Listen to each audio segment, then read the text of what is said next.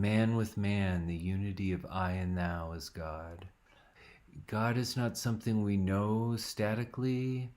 Morality isn't something we know statically. It's something we do in time.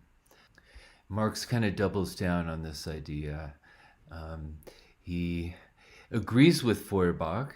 He just thinks Feuerbach didn't go far enough. He Marx is not interested in what God is. He's only interested in the practical implications.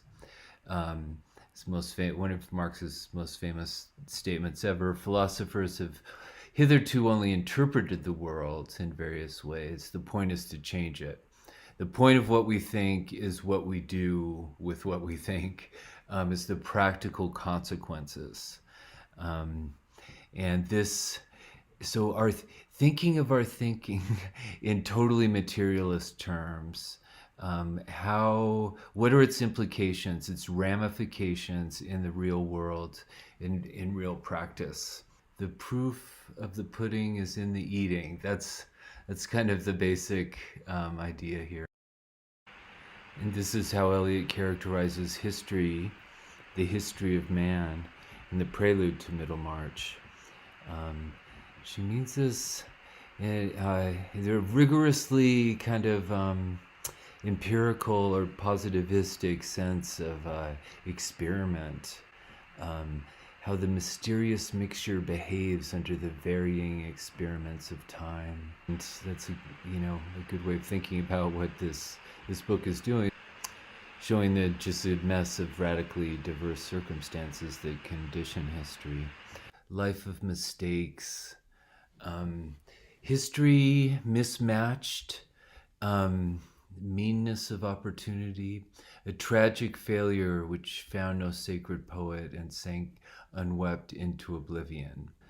The forgotten tragic heroes, neglected by history, neglected by their historical circumstances that allowed them no opportunities for their heroism, and then neglected by posterity who didn't commemorate them, except for George Eliot. She's commemorating precisely the forgotten. And I mean, Eliot herself is saying, she's talking about people that don't count, that have no sacred poet. I'm writing about those anonymous neglected. I'm not telling you who they are.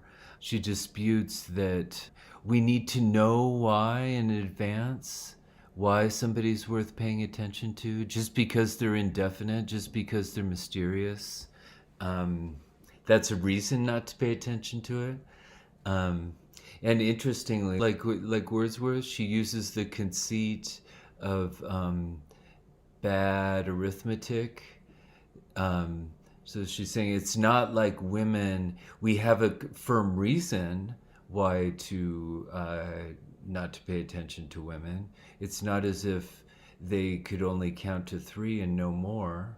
But the indefiniteness remains, she says. So it's not that she's filling in the picture, just like Wordsworth. These mysterious women remain mysterious, but she's disputing that they're therefore not worth paying attention to. She's saying the variability is interesting and meaningful. Again, that recalls Cleopatra to me, the infinite variability. The indefiniteness remains, and the limits of variation are really much wider than anyone would imagine, from the sameness of women's coiffure and the favorite love stories in prose and verse. Again, this indicates her literary mission. She is going to give us love stories in prose that recognize this wider variability. Again, that goes back to the idea of the experiments in time, process of evolution, is richer than we are paying attention to. So she ends by giving us a couple wonderful and unmistakably poetic images, a swan, and then not a thing so much as a rhythm.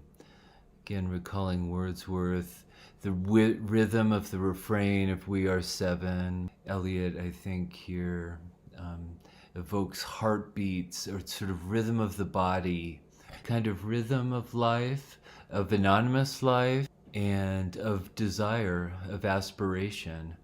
Um, it's not about determinate goodness. It's about uh, aspiring to goodness. Here and there a cygnet is reared uneasily among the ducklings in the brown pond. It never finds the living stream in fellowship with its own oary-footed kind. Here and there is born a Saint Teresa, foundress of nothing, whose loving heartbeats and sobs after an unattained goodness tremble off and are dispersed among hindrances instead of centering in some long recognizable deed.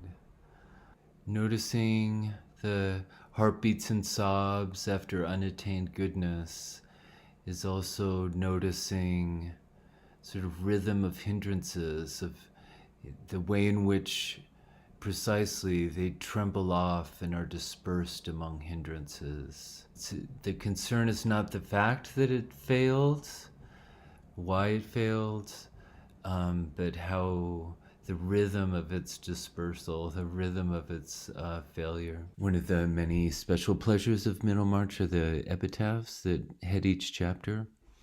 It's kind of like Eliot is mining the whole history of canonical literature for the apt quote for the events of each chapter. So I encourage you actually to look up these the different texts, so just to for the perspective they offer on what you're reading. This is remarkably apt echoing of the into the prelude. Here again, we have a woman saying, "I can do no good because a woman," describing a reaching after the unattainable, a rhythm of reaching, reach constantly at something near it.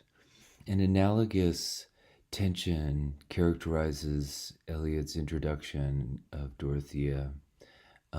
It's striking that the first thing she talks about is her outward appearance, given that she just criticized that here. Novels focused on women's coiffure.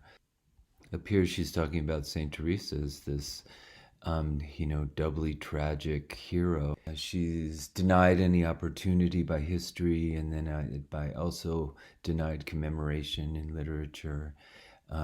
Here, she's kind of giving Dorothy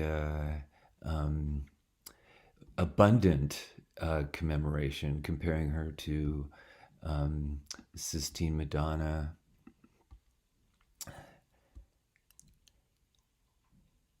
In terms of her looks, her profile as well as her stature and bearing, by the side of provincial fashion, gave her the impressiveness of a fine quotation from the Bible or from one of our elder poets. So isn't that interesting? Instead of actually giving us a quotation from the Bible, she says it's like a quotation of the Bible. But she doesn't just say that. She says it's like a quotation of the Bible or from one of our fine poets in a paragraph of today's newspaper. Now, what difference does that make, that contrast? It's important to recall, Middlemarch was published periodically. Each book came out every couple months. So there's a way in which the Middlemarch itself, the text, can be likened to a newspaper. So Eliot here is interestingly, I think, aligning her own text more with the newspaper. uh, than with the fine quotations from the Bible or elder poets, which she declines to quote. In the same way that I think she describes poor dress, she gives us an image of the kind of dress she's talking about. But it's a displaced or misplaced beauty. It's not at home like the swan among the ducks. And this kind of contrast evoking, she's a mystery. Eliot's invoking precisely this indefiniteness. What she quotes is sort of a lowbrow Elizabethan revenge tragedy. In a way, since I can do no good because a woman, that applies to Saint Teresa, is described up here. But it's Beaumont and Fletcher, violent revenge tragedy, are kind of a contrast to the Bible or an elder poet.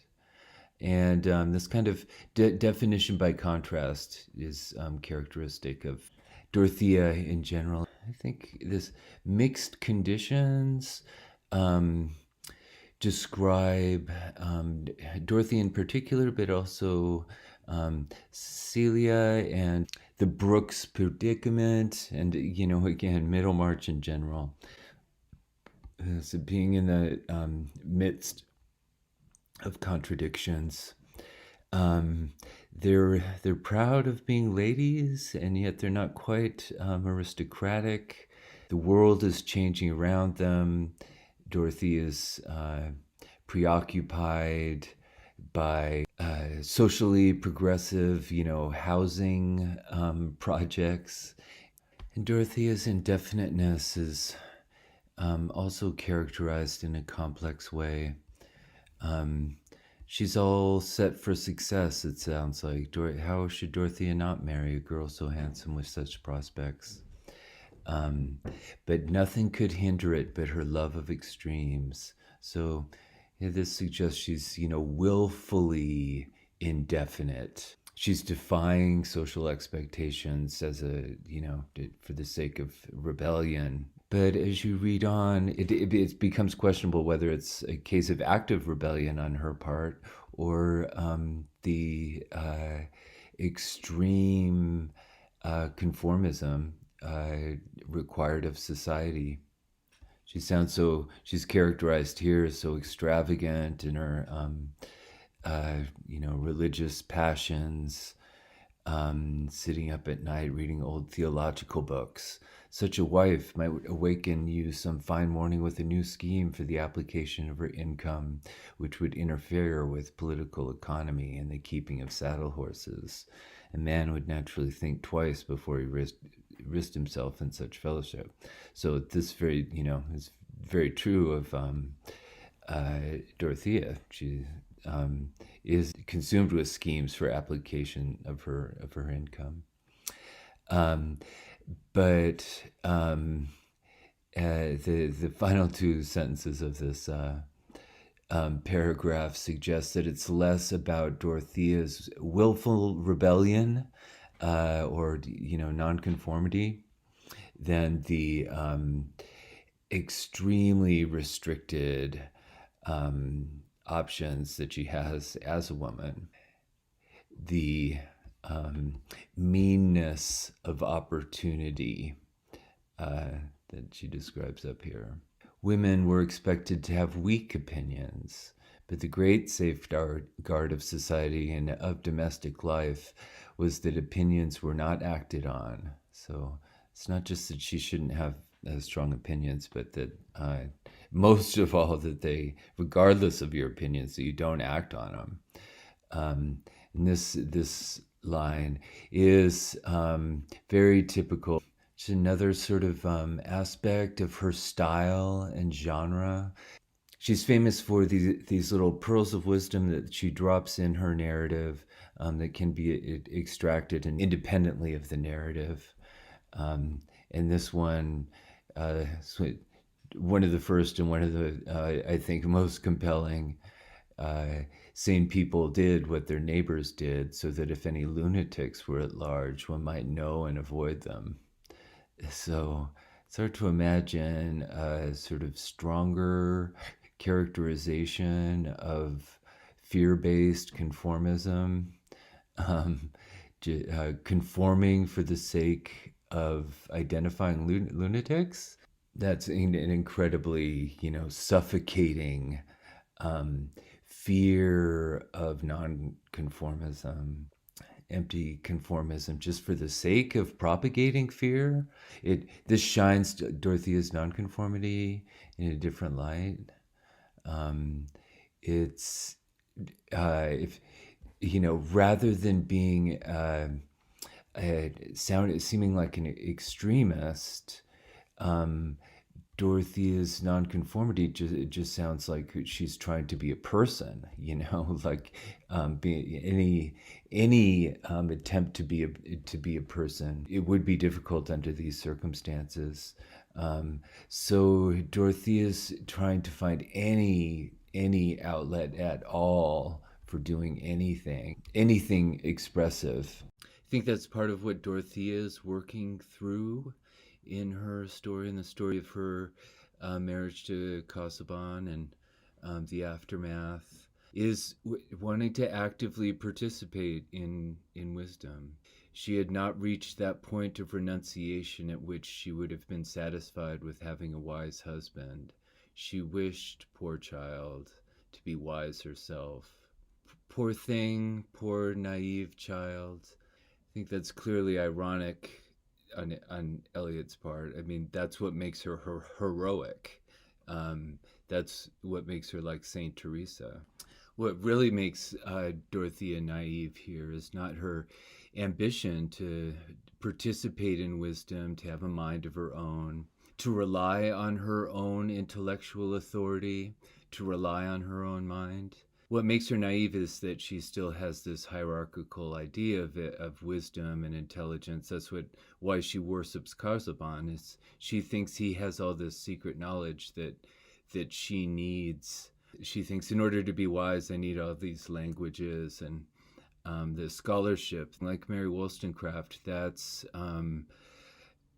presented by Eliot here as a product of her kind of distorted education. The toy box history of the world adapted to young ladies, which had been the chief part of her education. Dorothea's mistake in choosing to marry Casaubon is prepared as much by her education, her faulty toy box education, as by her idealism. Um, the, because it was an education that taught her own inferiority. It taught her to be infantile, and so to have a sense of true wisdom as this exclusive domain, exclusive languages, a matter of having all the kinds of education that she was denied in her emphatically ladies' education.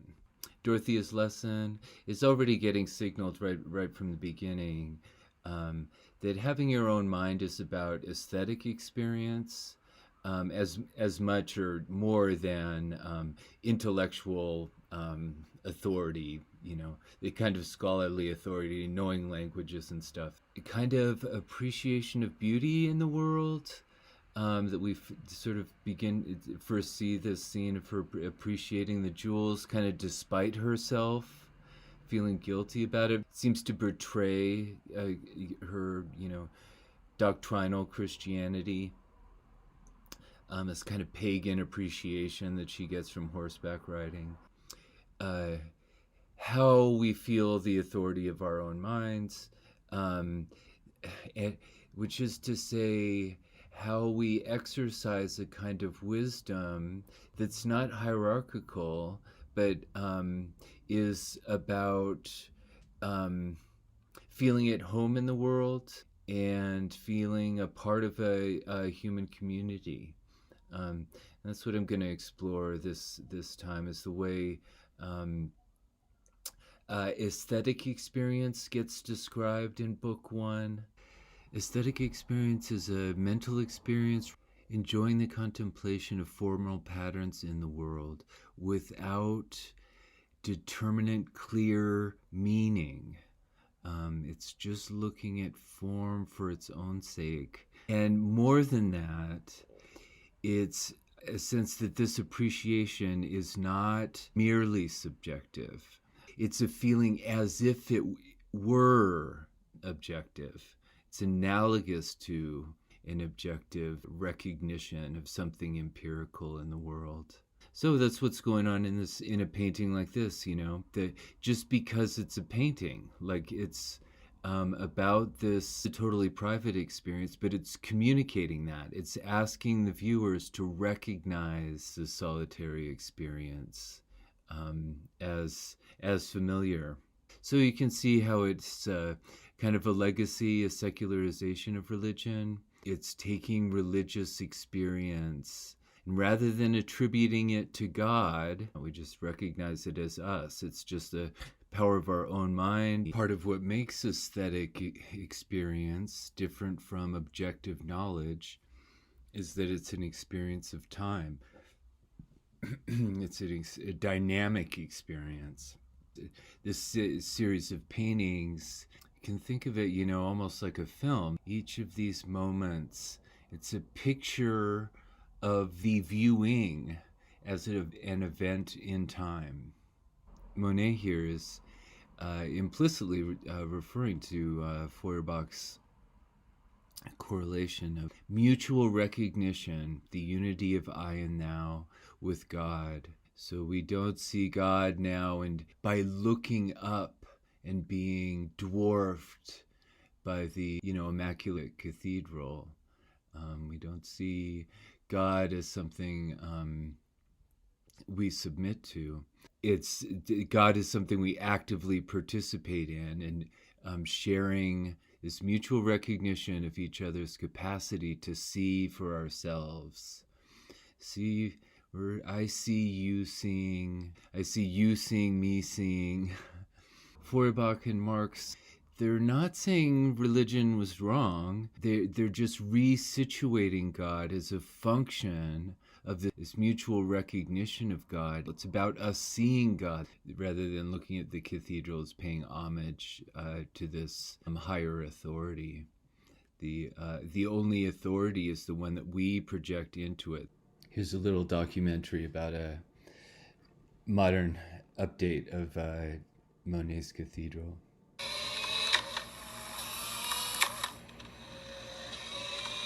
Once a month, on the 13th, they come to the Mojave Desert and point their cameras at the sun.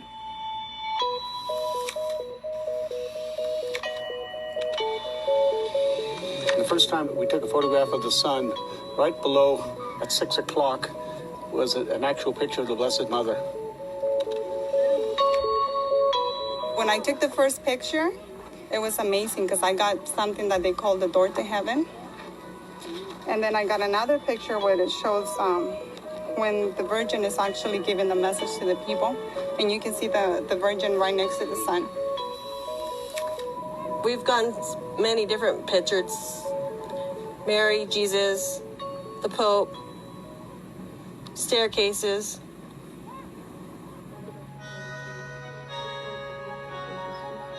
All the nice churches that we built for God everywhere. And he and his messengers choose to reveal themselves out here, in exactly the place where you'd want a roof over your head. It's 110 degrees. Of course, if God is everywhere, you already believe in God, no question about that. Why do you need a picture?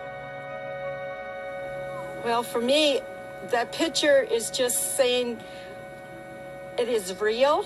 It happened. I didn't dream this. It's true. I was there, and I have proof. So it's almost like a souvenir that you were actually a witness to this. More than a souvenir. It is a sign. It would be just like if someone who's in love with someone gives them a rose. It's a sign of their love. Mire, aquí está una carita, si se fija. Ahí está una carita. So it's almost like a reminder. Yeah. Yeah. And so it's important to sort of have like a souvenir to carry around. Yeah.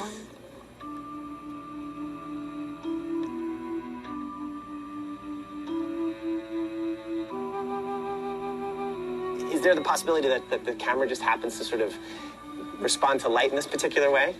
Well, no, because people could also feel her. You could sense her. Yeah. It's not just because of the camera. Yeah. You could feel her.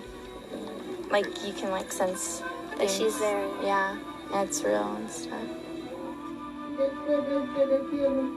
The faithful are always looking for ways to get to God. They come together all over the world, in churches and prayer groups, and in the desert too. And they use whatever means are at their disposal. They have to use such earthly means, you know. The chemicals on a 4x5 rectangle of Polaroid film. The point is to see them, and feel something as a result.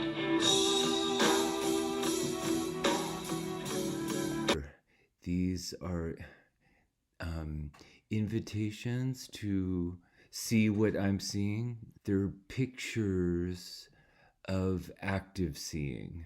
So I'm seeing something more than is objectively there. I think the elderly lady described it perfectly when she compared it to a rose. What I'm giving you is precisely the uncertainty of what it means. The romance of the gesture would be lost if it were, written down, codified, that it's the invitation to share a leap of faith that makes it meaningful. Philosopher Immanuel Kant has this famous line, "Out of the crooked timber of humanity, no straight thing was ever made." I think that's what I've been trying to describe in terms of these ideals that we have, proper concepts of God, the Creator, law in general. It goes back to Rousseau's point about property. Civilization is founded on the fantasy that we can hold on to things unchangingly. Kant's point is we have these ideas, these concepts have implications, but unlike the concepts themselves, these implications are crooked because they're part of the real world. They're part of the messy world of complex, ambiguous, interactive, ever-changing experience. So crookedness is not just a bad thing. It's just from the perspective of our straight concepts. And from that perspective, the actual world just looks corrupt, crooked.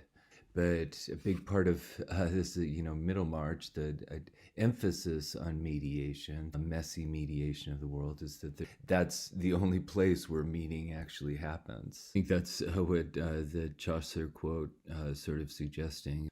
His stick had more torque, had more power than was suspected. So there's more power, leverage in the crooked timber than we might suspect. There's power in the crookedness itself. A beautiful first paragraph of the last chapter of book 1 describes it, and it's a landscape, but it's a highly animated, personified landscape. Personhood is embedded in these natural forms, each field a particular physiognomy. So what she's describing here is how our own identities, our own souls, and her own self as the narrator is kind of autobiographical, talking about her own father here. Although not just her own. I think that's the point about the souls, is that midland-bred souls are kind of anonymous. They're not proprietary, shared by the various people who were bred in the Midland. A pretty bit of midland landscape, almost all meadows and pastures, with hedgerows still allowed to grow in bushy beauty and to spread out coral fruit for the birds. Little details gave each field a particular physiognomy, dear to the eyes that have looked on them from childhood. So this is the formula for aesthetic experience, for aesthetic value. It's this interactive experience, the dearness, the preciousness in the eyes. So it's a reflection of ourselves, so the face in each field. It's teaching us about what it means to have a particular face, the landscape teaches us about particular physiognomy, breeds soul. It teaches us about personhood. So she gives a list of these details. That's the point. They're particular. You can't generalize about particular faces. You can just give a list of actual details to exemplify, to illustrate what a particular physiognomy is, or what a midland soul is. You can't define it. Reading this, we're not getting an abstract, straight definition of the midland soul. We're getting experience with its particular crookedness. That we're learning, she would have us learn from experience. By seeing through her eyes these details, soul breeding details, just like Monet gives us practice seeing through his eyes the cathedral. The pool in the corner where the grasses were dank and trees leaned whisperingly. The great oak shadowing a bare place in mid-pasture. The high bank where the ash trees grew.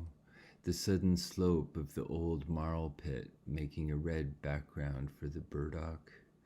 The huddled roofs and ricks of the homestead without a traceable way of approach. The gray gate and fences against the depths of the bordering wood. And the stray hovel, its old thatch full of mossy hills and valleys with wondrous modulations of light and shadow, such as we travel far to see later in life and see larger but never more beautiful. These are the things that make the gamut of joy and landscape to midland-bred souls, the things they toddled among, or perhaps learned by heart, standing between their father's knees while he drove leisurely. It's a wonderful example of interwoven mediation, right? I mean, she's talking about being bred by the environment, it's describing these different habitats, these different nooks and niches, habitats even without a traceable way of approach. That's how crooked they are. And she's talking about driving leisurely, mediating, traveling through the land. She's taking us through, on a journey. It's like a metaphor for our own crooked, leisurely tour. I think this cover of Middlemarch is great. The way it shows the map in terms of lines on your hand evokes reading. You read yourself like you read the land, palm reading, your unique identity, reading a face in the land, breeding a soul in the land. And of course, the theme of the advent of the railroad, the way in which that would impose a kind of straightening upon the vital organic crookedness of the Midland. Eliot's reading physiognomy and soul into the landscape. Palm reading is similarly motif in Antony and Cleopatra. Reading in nature's infinite book of secrecy. Soothsayers, often like the fool, has a special authority in Shakespeare, I think precisely because they're not limited by the straight and narrow rational perspective on things. They have a attentiveness, again, just a kind of sensitivity to mystery. It's what the landscape gives us, what the palm gives us is precisely the mystery. Like Eliot, Shakespeare here is emphasizing a kind of, mystery in the body, but effective, important, attending to it, noticing it. It is, in fact, our vehicle through the world. Another way that Feuerbach articulates that idea that the unity of I and thou as God is my conscience is my fellow man. If, we can think of moral right and wrong as rigid categories, But in actual life, negotiating the idiosyncratic, weird, ambiguous questions that we actually confront in the crooked, circumstances, we have no other perspective, evaluative perspective on our behavior than other people. It's through other people remind us how to evaluate ourselves. It's not that we necessarily need to think of, what particular other people would say, but other people in general are the media of moral self-awareness. I think that relates to the huge theme of rumor and gossip in Middlemarch. Social judgment, social awareness is so powerful a force. I think that's really one of the key themes in the book. How social judgments are transmitted through gossip and rumor, and the force and effect of that transmission, and that it's a spontaneous, intuitive, organic thing. It's very difficult to control intellectually. You do it whether you think you're doing it or not. You can tell yourself you're not participating in it, but you are nonetheless. People compare gossip to social grooming. And if you think about it, I think it makes a lot of sense. In both cases, the main purpose is social bonding, and through hygiene. It's a kind of picking at like dirty details of social life, and there's it's sort of a weird pleasure in picking at other people's foibles, the same way there's a weird pleasure in peeling other people's sunburnt skin. The normative social force of gossip and rumor are suggested in Middlemarch generally, but perhaps in the character of Miss Cadwallader in particular. And she's also likened here to the seven sages, or sort of like a soothsayer. She works her on a subliminal level, and she's talking about a mysterious, power of rumor, even though she's describing it in terms of empirical observation through a microscope. She's talking about the subliminal power a gossip like Miss Cadwallader has over in the social world around her. Even with a microscope directed on a water drop, we find ourselves making interpretations which turn out to be rather coarse. So this is what Eliot's saying. This is how we interpret social life. We think that, you can judge things in rather simple terms, what's actually going on, kind of tell a linear causal narrative about how things work. But that's mistaken. For whereas under a weak lens you may seem to see a creature exhibiting an active veracity into which other smaller creatures actively play as if they were so many animated tax pennies, a stronger lens reveals to you certain tiniest hairlets which make vortices for these victims, while the swallower waits passively at his receipt of custom. Lovely sort of multiple metaphors going on there. It's a kind of currency, paying your tax.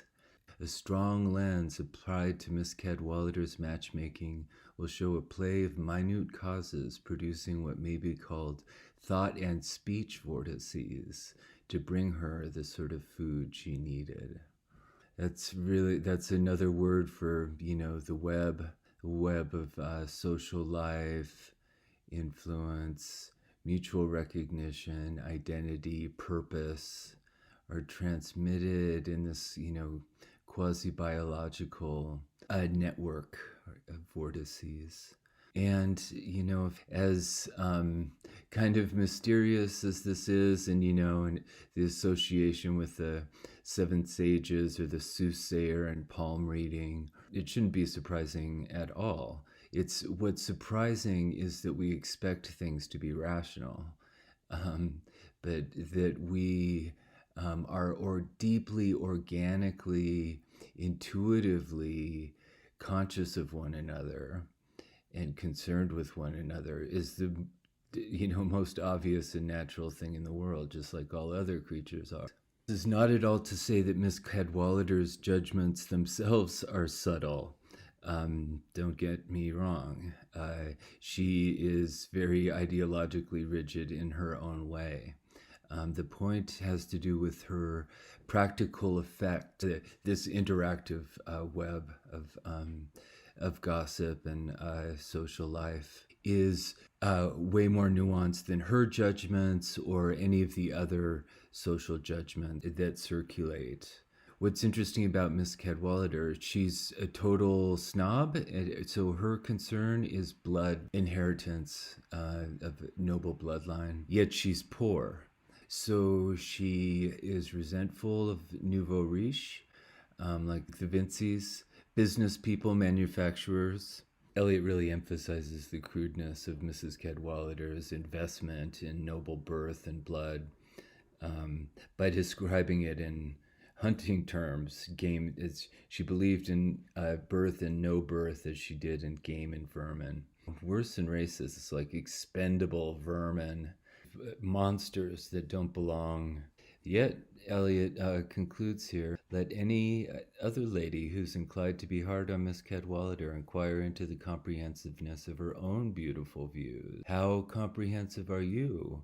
Are you sure that you afford accommodation for all the lives which have the honor to coexist with you? So again, other people are your conscience. Consistent with Eliot's microscope metaphor, the point of interrogating our moral judgments, our gossip, our social judgments, is not to find the right answer. You can keep refining the microscope to higher and higher. This is another level of the organic metaphor that we think about now in terms of fractals, that refining the lens for a microscope on any piece of reality, objective reality, let alone social reality, which is so much more complex than mere, empirical reality. You can never arrive at a definitive object. Instead, you find these patterns, fractal patterns of variability repeated endlessly. At whatever scale of resolution you look, this pattern of accident, pattern of crookedness, basically organic patterns of environmental interaction. That's why we see fractal patterns, ubiquitously in nature, coastlines, turbulence in the water, organic, patterns of leaves, rivers, and our bodies, our vascular system, capillaries in our lungs, the dendrites in our brains, all assume this form, which is a form of environmental interaction, that you can't draw straight lines between things. The further down you go, the more interrelatedness, just higher and higher levels of interrelatedness you find. And ultimately, the point of these fractal representations is that you're seeing as much a picture of your active viewing as you are seeing the object viewed. Darwin's genealogical trees have the same pattern. So it's interesting to think about how different characters are caught in webs of social opinion. Fred Vincey's case is interesting because we see on all sides that both the power of judgment of his behavior, but also the uncertainty. Did he actually try to borrow money on the expectation of an inheritance or not? It sounds like he didn't, but he kind of admits to himself that he maybe vaguely could have, you know? So it's that subtlety that I'm suggesting, or I think Eliot is suggesting, that rumor and gossip communicate. It's not about a clear, straight edge judgment one way or another. But this, you know, organic back and forth, people gabbing in a way it might, you know, actually draw out a kind of honesty, you know. I mean, because after all, Fred is awfully reckless and needs to get held to account. Again, humans are crooked timber. Eliot really provocatively juxtaposes Mrs. Cadwallader to representative politics when she mocks Mr. Brooks. This is a really good focalization here, where the narrator explains the situation from Mr. Brooks' point of view.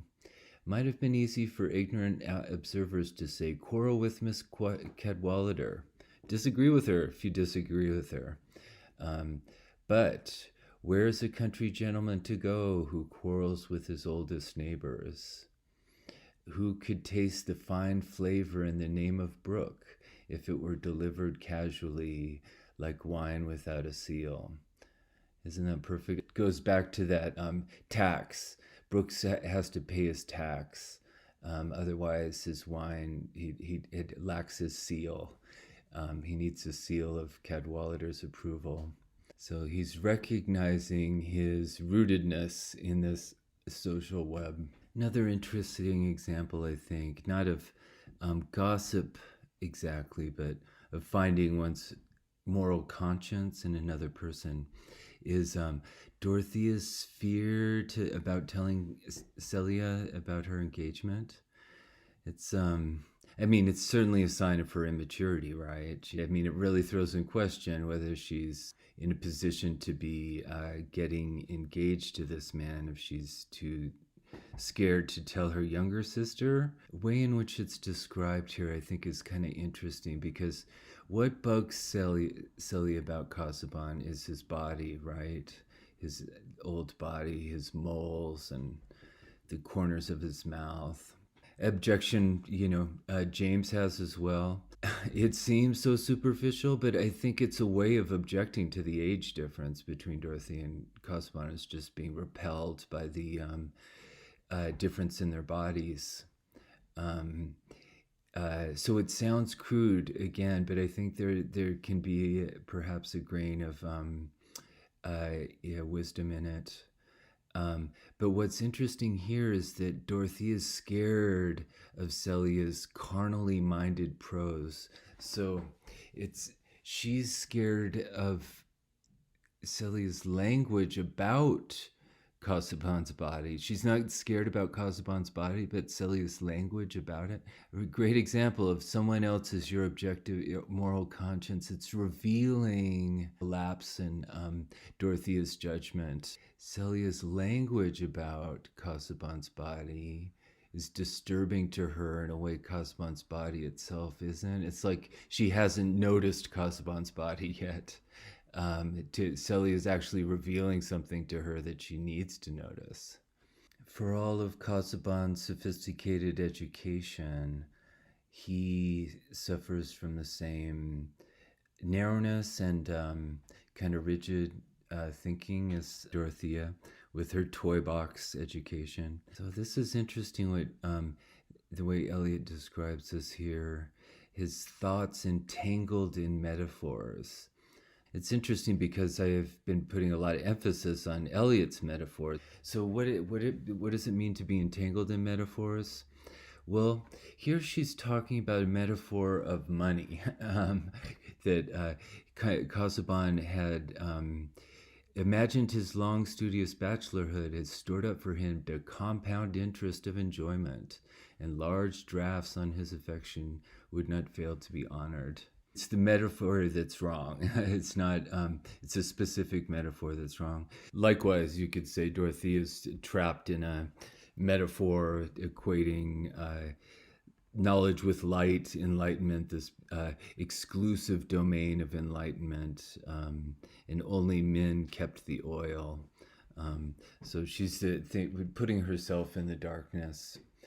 Miss Cadwallader has the metaphor of vermin. These are binary metaphors, lightness and darkness, game and vermin, that simplify the world, that you could save up enjoyment and then cash in with interest. A metaphor that makes you stupid about pleasure and enjoyment. Casaubon also is entangled in another metaphor for pleasure, or his passion, which is as a stream, and he thinks of himself as dried up.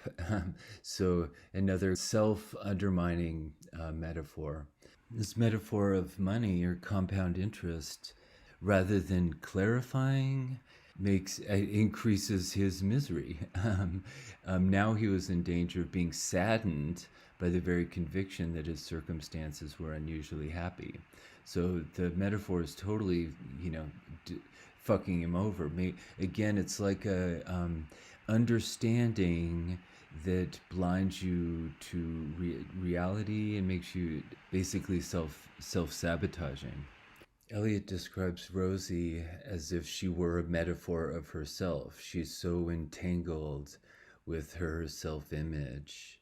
She was by nature an actress of parts that entered into her physique.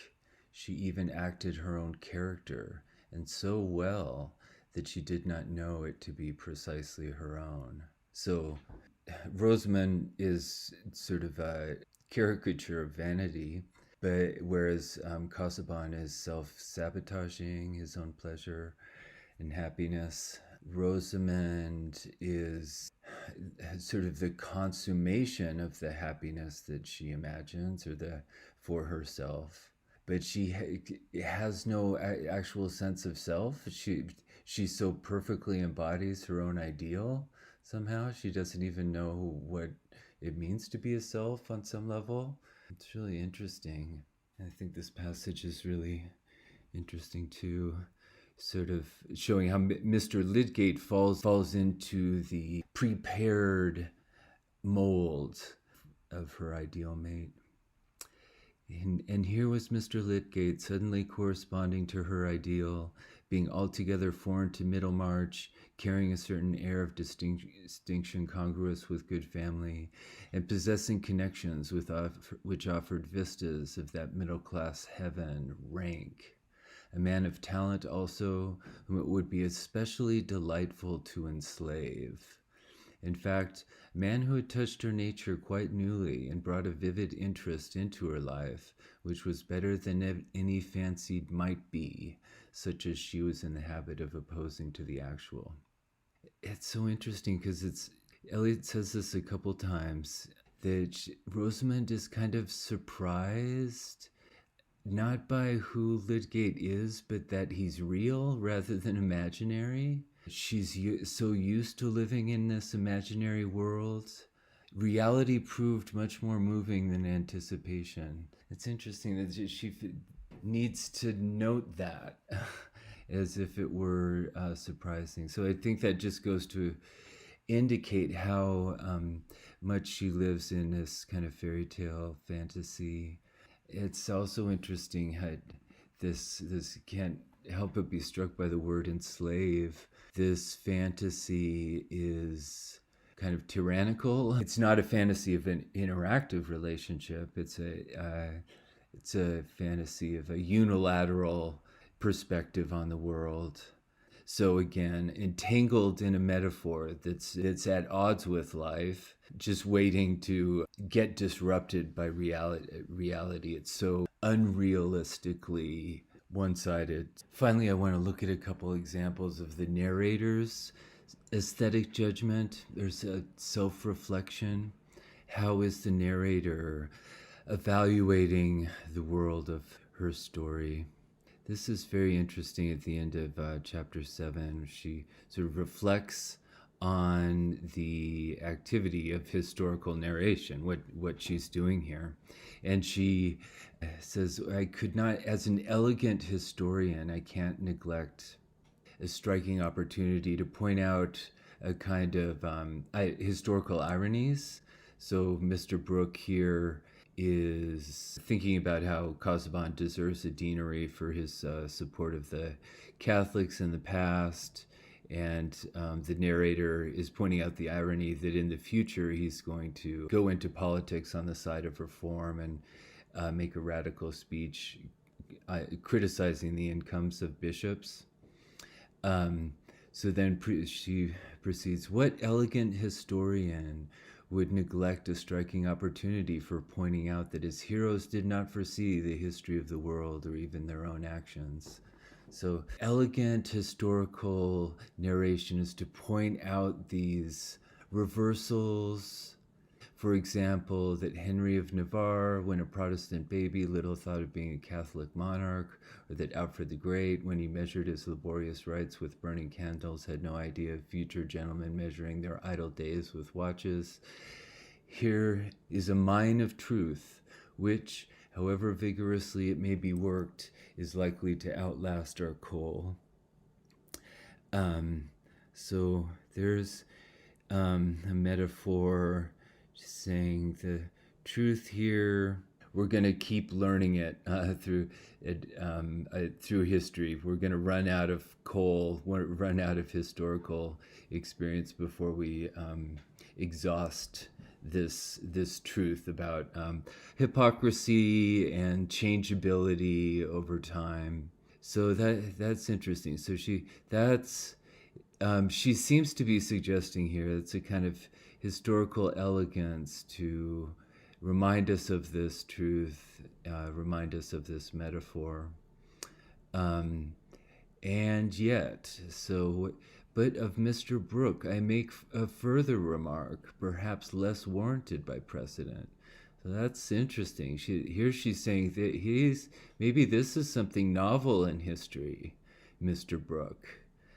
Maybe he has something to do with something really modern, like the railroad. And what is that? That if he had foreknown his speech, it might not have made any great difference. He doesn't care about his own hypocrisy. He doesn't, or inconsistency. To think with pleasure of his niece's husband having a large ecclesiastical income was one thing. To make a liberal speech was another thing.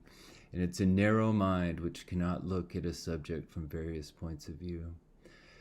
So that's sort of a anodyne, like unobjectionable conclusion she draws there. But what is that unremarkable conclusion actually describe? I think it's kind of like chaos. Stories don't matter anymore, Mr. Brooke. Just sort of a chattering machine, does this and that, says this and that without any sense of its fitting into a larger social or narrative web. I think that's what, from Eliot's point of view, real variety means. Variety of the midland landscape that she describes at the end of book one. They're very interesting, and I think undisguisedly affectionate piece of narration concerns Ladislaw. It's fascinating. So first of all, it's interesting that Ladislaw gets everything wrong in terms of his judgment of Dorothea. And so that's just an interesting comment on, how skewed our judgments can be. He took her words, so she, in her typical self-effacing way, said, I don't understand drawing. And he took her words as a covert judgment and was certain that she thought his sketch was detestable. There's too much cleverness in her apology. She was laughing both at her uncle and himself. So he couldn't have been more wrong about Dorothea's intellect, but what he does respond to is her body, her voice in particular. There's a soul in her voice. And I think that says a lot. Again, it's responding to the body, the heartbeat, material soul, like the midland-bred soul. But he talks himself out of it. He responds intuitively to the voice, but then his mind or his logical side said, this must be one of nature's inconsistency. There could be no sort of passion in a girl who would marry Casaubon. He gets her so totally wrong, except for his intuitive response to her voice. In this second part, we get the narrator expressing her point of view a little bit.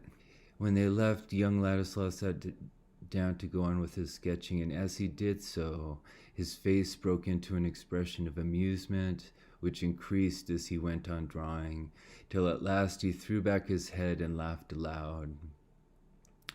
Partly it was the reception of his own artistic production that tickled him, partly the notion of his grave cousin as the lover of that girl, and partly Mr. Brooks' definition of the place he might have held, but for the impediment of indolence. So it's, even though he gets her so wrong, I think there's a higher order kind of wisdom here that's getting expressed in his laughter, a recognition sort of the chaos of history in general, of everything.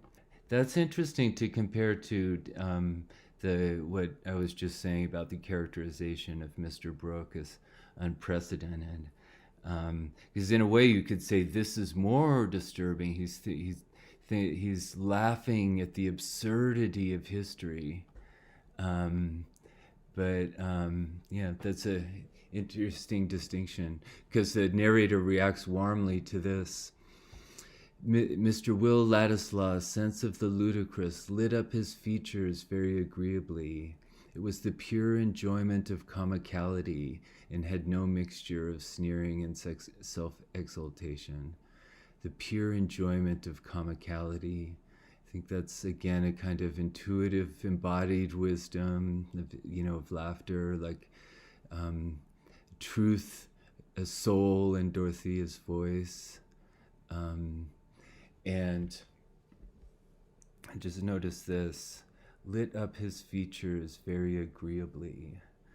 So she's talking as an observer of Will Ladislas. She's talking about her own agreeable reaction to how he looked there, how his features were lit up. An aesthetic response, like the way in which his features light up her, have an agreeable effect on her. Just like, remember, Dorothea got lit up by the light gleaming in the jewels. The narrator's having a kind of aesthetic response to Will, just as Will had an aesthetic response to Dorothea. It's telling that's an appreciation for comedy, the absurd, the ludicrous. Maybe, like the midland landscape, sort of a chaos. It's impossible to see how to approach it, sort of chaotic web of nature. So wisdom in not pretending to make sense of it, right? Appreciating its irreducible irrationality. That's what, Casaubon's totally resisting. He wants to demystify all mythology, give us the answer. Same thing with Lydgate. I think all these, it's interesting to see how different people are entangled in different metaphors. What I think Eliot emphasizes in the episode in Rome, which also contains some of the novel's most beautiful and famous writing, has to do with a aesthetic experience, just like we have been talking about. That is stories, the stories of life, stories of history, the way in which we make sense of history by giving causally coherent accounts of, how things played out, actually hinge on these moments that don't make sense, where that are defined by conflict. And remember, Dorothy's experiencing something in spite of herself, this pagan pleasure. She doesn't want to feel. It's exactly what doesn't make sense for her character. But how life plays out, kind of again, while you're making other plans.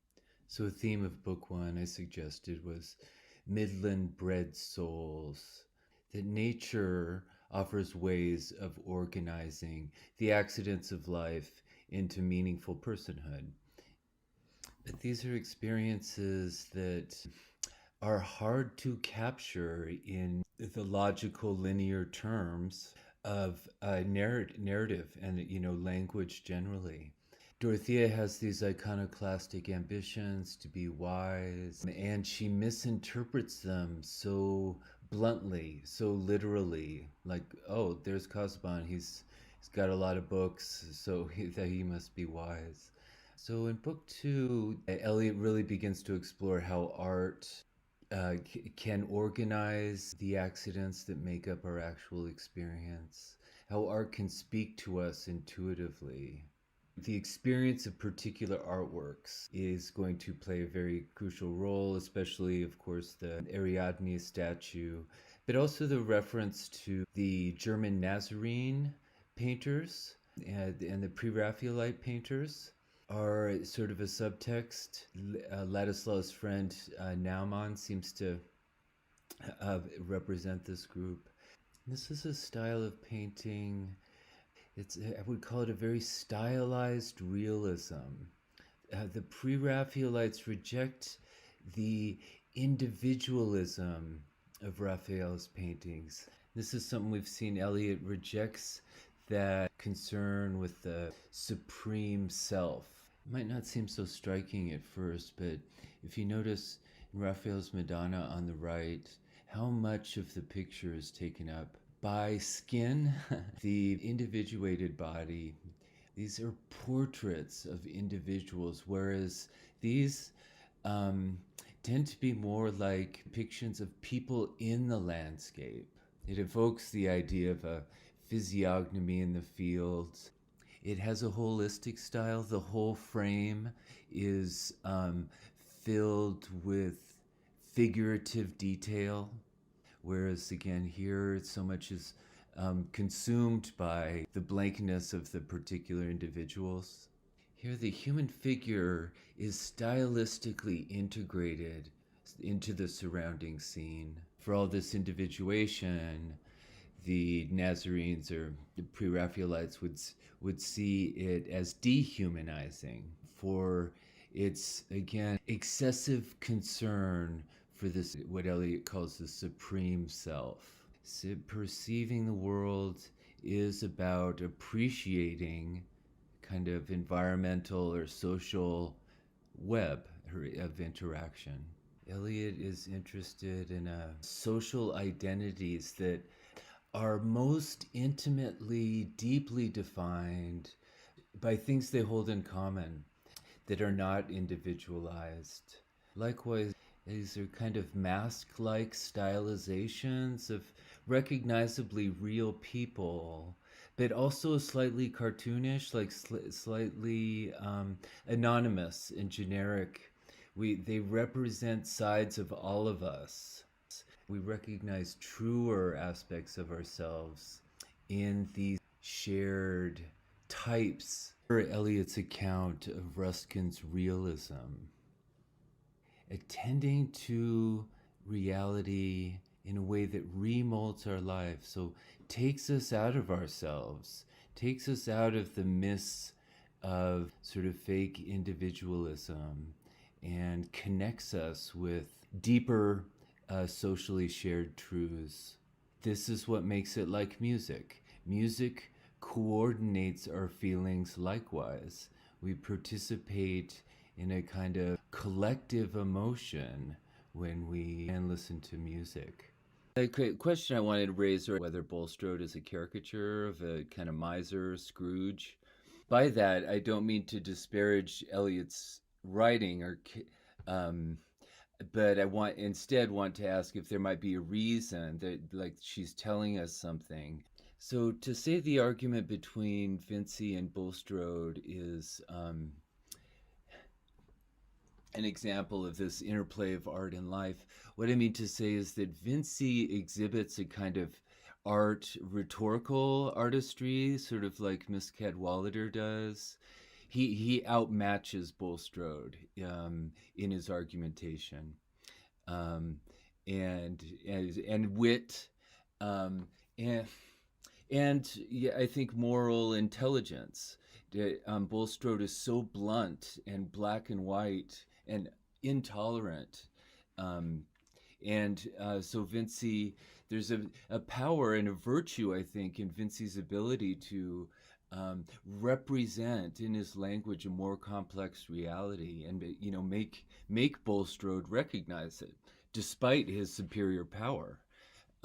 That's the thing. In reality, Bulstrode has this entitlement and prerogative to do what he wants and push people around. Indeed, Bulstrode pushes Lydgate around quite humiliatingly.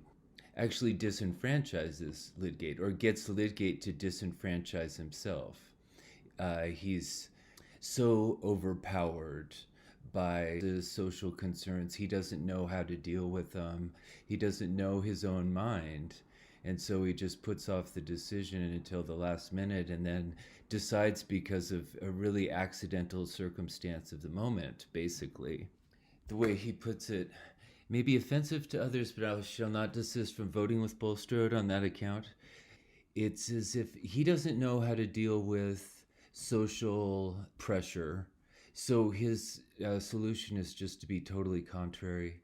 It's very immature, childish, and I think it's an aspect of Lydgate's character, which is his sort of inherited sense of entitlement, that it is a legacy of his aristocratic background, which he feels that the normal rules of society don't apply to him. And he acts that way, with the ironic consequence that he just gets totally pushed around by random social, forces, because he's too aloof to bother to understand them. He becomes a tool of them. Time has speeded up with modernity as the advent of the railroad underscores. So we belated historians must not linger. I, at least, have so much to do in unraveling certain human lots, certain human fates, particular, totally idiosyncratic, and seeing how they were woven and interwoven, that all the light I can command must be concentrated on this particular web, and not dispersed over that tempting range of relevancies called the universe. So it's this particular weave and interweave, just like those physiognomies of the fields. Another way of thinking about that is, she wants her book to be an aesthetic object rather than an explanation. She wants, looking at an artwork or enjoying a scene in nature. The point is to appreciate it, even kind of fall in love with it for its own sake. What we're about, what characters are about, is not an intellectual choice, but and it draws from an aesthetic experience, as she describes here with Lydgate. For all his intellectual idealism and science and politics, come back to basically an aesthetic experience. Eliot writes, most of us who turn to any subject with love remember some morning or evening hour when we got on a high stool to reach down an untried volume, or sat with parted lips listening to a new talker, or for the very lack of books began to listen to the voices within, as the first traceable beginning of our love. Spontaneous, intuitive insight into oneself, what I'm about. That's what aesthetic experiences offer. And Eliot emphasizes here, it has to do with form. That's really what captures Lydgate's imagination. It's the form of the valve. He knew what a valve like doors were, and that he understood that word and that connection. Then he picks up this book and reads it in application to the heart, and he's that sort of connection fires his imagination, his intellectual, and gives him an intellectual passion. He was not much acquainted with valves of any sort, but he knew that valvae were folding doors, and through this crevice came a sudden light, startling him with his first vivid notion of finely adjusted mechanism in the human frame. Eliot a little bit uses the metaphor of the valve here. Through the crevice, the light comes to narrate his this epiphany. It's like a romantic symbol. It is like the physiognomy in the land. It's its own explanation. It doesn't explain in an impersonal way. It invites the reader to insight into the Lydgate's own vision of the symbol, how that valve structures not just the heart, but his heart in a way, like insofar it structures his passion, his intellectual passion, and hence also the story of the birth of that passion is structured by a valve, light shining through valve-like crevice. Not hard to map the valve structure onto Lydgate's name. And it's another kind of, feature of this novel is a lot of characters have names that tell us something, tell us in a, not very subtle way about their certain characteristics. I feel like that's a Dickensian detail too. And it's something to think about for sure. It's like, what's up with Eliot's kind of signaling what to think about these characters? It's it's almost like she's suggesting their reducibility to these concepts. Miss Noble, Mr. Fairbrother. How does that relate to this insistence on this particular web, specific human lots? If people are sort of wearing labels, like in a allegorical morality play, Eliot narrates in the same manner the scene of Ladislaw falling in love with Dorothea. It's organized around a vision, emphatically aesthetic vision. So emphatic it goes back to Cleopatra, like Antony's passion for Cleopatra. It's so unique and individual. In order to understand it, we have to share it. We have to participate in it. In order to read it, Ariadne represents a pagan, mythology. Ariadne's thread. She rescues Theseus, but then is abandoned by him. And sleeping Ariadne represents this moment where, after she's been abandoned, but then she's seen napping by Bacchus, who falls in love with that vision of her sleeping. So it's apt, it's fitting in this formal way with Dorothea's transition from Casaubon to Ladislaw. Even as she's not looking at it, even as she seems kind of oblivious to it. That's actually the theme of the Ariadne statue, is this kind of self-containment, this complex self-containment. I mean, she's an image of seductiveness. That's why Bacchus falls in love with her. But also isolation, abandonment, sort of existentially forlorn. This complexity again, this sort of tension and ambiguity. Pushing and pulling. The reclining Ariadne, then called Cleopatra, lies in the marble voluptuousness of her beauty. I love the complexity of that phrase. Like, voluptuous, it evokes the opposite of marble, and of her beauty, it personifies, animating the statue, the drapery folding around her with petal-like ease and tenderness. Part of what's at stake here, I want to suggest, is an evocation of sexual passion within the very limited restrictions of Victorian prose. Eliot here is relying on our imaginative reconstruction of this visual scene and all of its erotic subtext, so that she doesn't have to write it, because she can't write it. They were just in time to see another figure standing against a pedestal near the reclining marble, a breathing, blooming girl. So you can hear the echoes here, just what I was saying about the personification, the blooming, whose form not shamed by the Ariadne. That's interesting too, not shamed. That could be read in two ways. She feels no shame, or the Ariadne does not put her to shame. And that's very evocative, sexually in both senses. She has a voluptuousness, not shamed by the Ariadne, and as well, she is not shamed by that voluptuousness herself. She's self-possessed in her beauty as the Ariadne is. She was not looking at the sculpture, probably not thinking of it. Her large eyes were fixed dreamily on a streak of sunlight which fell across the floor.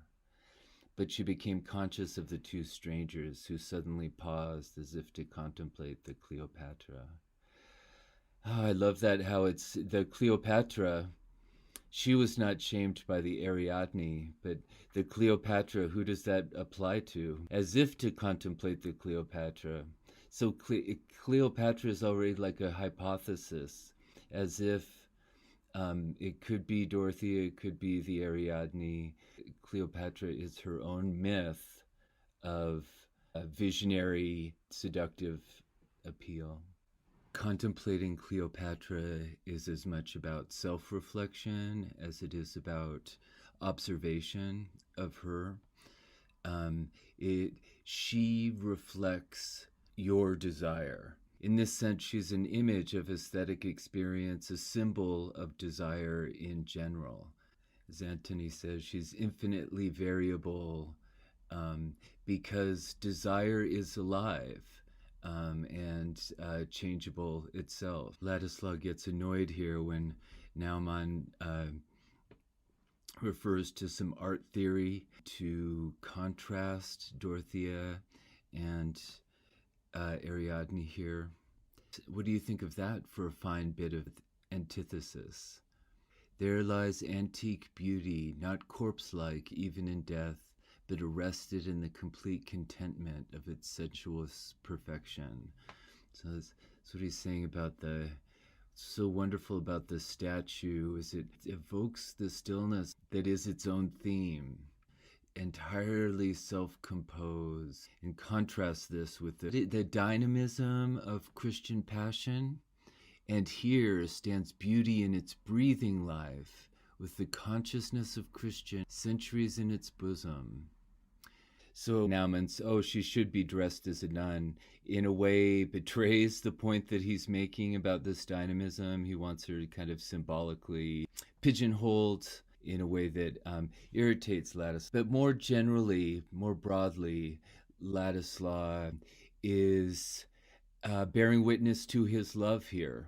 The dynamism that he is experiencing, he is bearing witness to. I think comes out in his objection here. And this woman who you've just seen, how would you paint her voice? But her voice is much diviner than anything you've seen of her. So he's talking literally. That's what he loved about her from their first meeting. This leads to his acknowledgement of falling in love. He felt as if something had happened to him with regard to her. That's, I think, very precisely with regard to her. What happened to him had to do with regarding her. It's a visionary experience, just like Bacchus bearing witness to or falling in love with Ariadne. Dorothy's dreamily looking off into the distance in this pose, her cheek pillowed on her hand, crystallizes her grace like the Mona Lisa smile.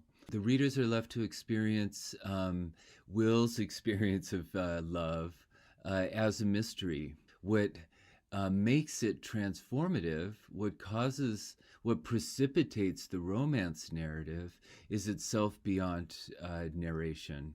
All you can do is point to it. I mean, this is a great example of just pointing. rather than narrating. He's just pointing at the statue. That's what it was. That's what falling in love was. It is having this vision. So what is the crocodile like? It's shaped, sir, like itself, and it's as broad as it hath breadth, and it's just so high as it is, and it moves with its own organs. It lives by that which nourisheth it, and the elements, once out of it, it transmigrates. So it's the ultimate, you had to be there. We're getting ensnarled and tangled in a web of experience. We're getting sutured into that rather than just reading about it. That's the vitality of the web, I think, of the social web. It goes beyond something that you can account for in a detached way. So she's describing in this chapter Ladislav falling in love, and so a destiny that is going to get narrated in the remainder of the book. But she also says something here about the whole rest of Dorothea's life. A mood gets set here for Dorothea, sort of the forlorn side of Ariadne. It's capturing that mood. Even so, we see the erotic spectacle Cleopatra through Will's eyes, but here we see kind of existential loneliness, the mood that stays with Dorothea for the rest of her life. So it's a fatality that's getting narrated here through magic lantern pictures. So these dream images. Maybe what she's seeing when she's looking dreamily at the sunbeam. Our moods are apt to bring with them images which succeed each other like the magic lantern pictures of a doze. And in certain states of dull forlornness, Dorothea all her life continued to see the vastness of St. Peter's, the huge bronze canopy, and the red drapery which was being hung for Christmas, spreading itself everywhere like a disease of the retina. Really powerful final image there. Christmas drapery like a disease of the retina. I think it does justice to the kind of existential loneliness or forlornness of Dorothea's mood here, in its blasphemy, like its secular disenchantment. The Christmas symbolism, the Christian symbolism, it becomes a disease of the retina, totally disenchanted. An awareness of her mortality, aware of feeling that's going to stay with her for her whole life. This is a deep feeling of herself. It's not it's the experience of loneliness, but it's also an experience of humanity in general, not just her particular self, but humanity in general, which is described in perhaps the most famous passage of Middlemarch altogether, which describes the tragedy in the very fact of frequency. That's to say, the experience of disappointment, the way in which reality replaces the imaginary. It's not unusual, and it's hard to be moved by what's not unusual. This is so common. It's the regular story of every life. Recognizing human sorrow at scale, at the scale of the human population, and then the imagery that Eliot uses here, it even suggests an environmental awareness. It's not just about human sorrow, but a cosmic sorrow, that element of tragedy which lies in the very fact of frequency has not yet wrought itself into the coarse emotion of mankind, and perhaps our frames could hardly bear much of it. If we had a keen vision and feeling of all ordinary human life, it would be like hearing the grass grow and the squirrel's heartbeat, and we should die of that roar which lies on the other side of silence. As it is, the quickest of us walk about well wadded with stupidity. So another irony here is, even as Eliot's pointing it out as something we cannot hear, she's trying to make us alive to it, making us hear the silence differently, as an absence of this roar. It's not telling us what the roar is, but just attuning us to its absence. A spiritual conceit, a kind of cosmic sorrow, cosmic disappointment. And it's interesting that it's a figure of frequency. It has to do with large numbers at scale, statistics. She's thinking in concrete terms about, as much as she's touching on this sort of existential, sublime self-consciousness, she's also referring to a concrete empirical fact of frequency, the fact of the multitude of humanity, the kind of incomprehensible numbers that is especially pronounced in the modern world. We're always struggling with that conundrum that, one death is a tragedy, a million is a statistic, that we can't grasp large numbers. And yet large numbers sort of define the deepest truths of our world. And I think this painting evokes this mix of emotion, intense intimacy, with a sense of kind of impersonal or generic frequency or commonality, a sort of generic picture of personal emotion. The picture of Christ as a child, King Arthur's death, these sort of legendary mythological themes populated with semi-realistic, stylized human figures. It's a famous Pre-Raphaelite painting, The Beguiling of Merlin. And here's Cleopatra.